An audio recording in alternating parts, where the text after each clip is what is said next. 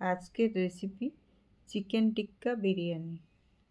Chicken, টক দই, স্বাদ মতো নুন, হলুদ, ধনে গুঁড়ো, জিরে গুঁড়ো, বিরিয়ানি মশলা, আদা রসুন কাঁচা লঙ্কা বাটা, সরষের তেল দিয়ে মেখে নেব।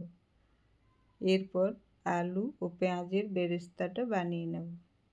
সাদা তেলের মধ্যে তেজপাতা ফোড়ন দিয়ে ম্যারিনেট করে রাখা চিকেন দিয়ে কিছুক্ষণ এভাবে লাল লাল হয়ে গেলেই উল্টে পাল্টে টিক্কার মতো বানিয়ে নেব।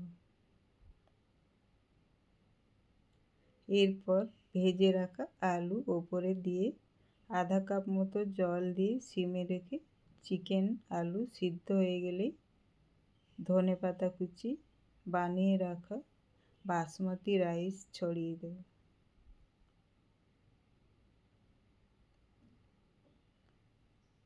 এরপর রাইসের ওপরে 2 চামচ ঘি দিয়ে সবথেকে লাস্টে পেঁয়াজের বেরেস্তা ছড়িয়ে ঢাকা দিয়ে 5 মিনিট মতো রেখে ব্যাস রেডি হয়ে গেল আজকের চিকেন টিক্কা বিরিয়ানি। খেতে অসাধারণ টেস্ট।